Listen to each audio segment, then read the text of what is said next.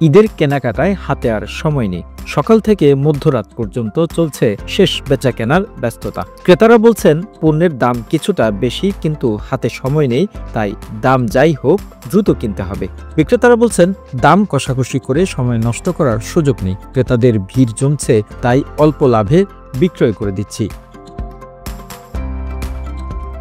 ঈদ মানে খুশি, ঈদ মানে আনন্দ। এই ঈদ আনন্দকে বাড়িয়ে তুলতে ধর্মপ্রাণ মুসলমানগণ যে যার সাধ্যমতো কিনছেন নতুন নতুন পোশাক সহ বিভিন্ন ঈদ সামগ্রী। ব্যস্ততা নিয়ে পছন্দের জিনিসপত্র কিনতে ছুটছেন এক দোকান থেকে অন্য দোকানে। অনেকেই এসেছেন পরিবার পরিজন নিয়ে পছন্দের জিনিসপত্র কিনতে। ক্রেতারা বলছেন পণ্যের দাম কিছুটা বেশি, কিন্তু হাতে সময় নেই, তাই দাম যাই হোক নিজের এবং প্রিয়জনদের জন্য দ্রুত কিনতে হবে।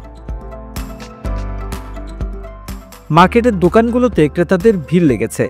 সেলাইয়ের শেষ করতে পারবে না বলে দর্জিরাও নিচ্ছে না নতুন অর্ডার। বিক্রেতারা বলছেন দাম কষাকষি করে সময় নষ্ট করার সুযোগ নেই। ক্রেতাদের ভিড় জমেছে, তাই অল্প লাভে বিক্রি করে দিচ্ছে। পুরুষদের মধ্যে পাঞ্জাবি এবং বাচ্চাদের পোশাক বিক্রি বেশি হচ্ছে। সকাল ৯টা থেকে রাত ১১টা-১২টা পর্যন্ত ব্যস্ততায় চলছে বেচাকেনা।